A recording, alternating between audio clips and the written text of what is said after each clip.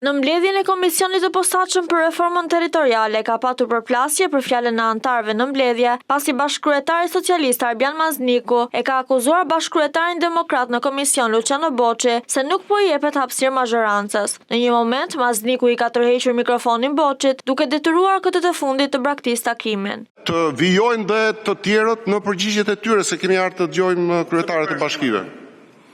Parashtrimin e bërë se mora një Jo, poison, po do marr patjetër, dëgjoj son.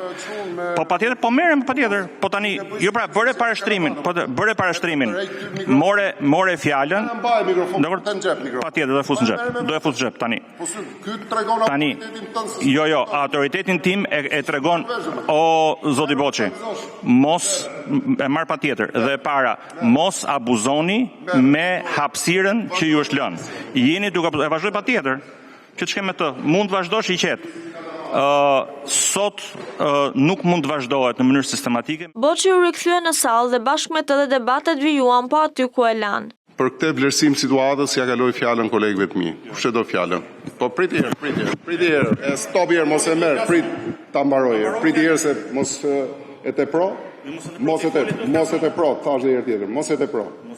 Po jo, unë e ngrej zërin shumë, e ngrej zërin. Ngrej zërin edhe ngrej edhe gjëra tjera. Po edhe herë tjetër, e ngrej dhe mos e përsërit më.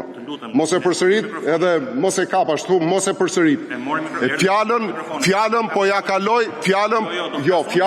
ja kaloj unë kolegëve të mi. Do ta marrin kolegët e mi. Shkeljen e keni bërë ju dhe fjalën do ta marrin kolegët e mi. Kush do e marri fjalën? Po, zoti Ismaili.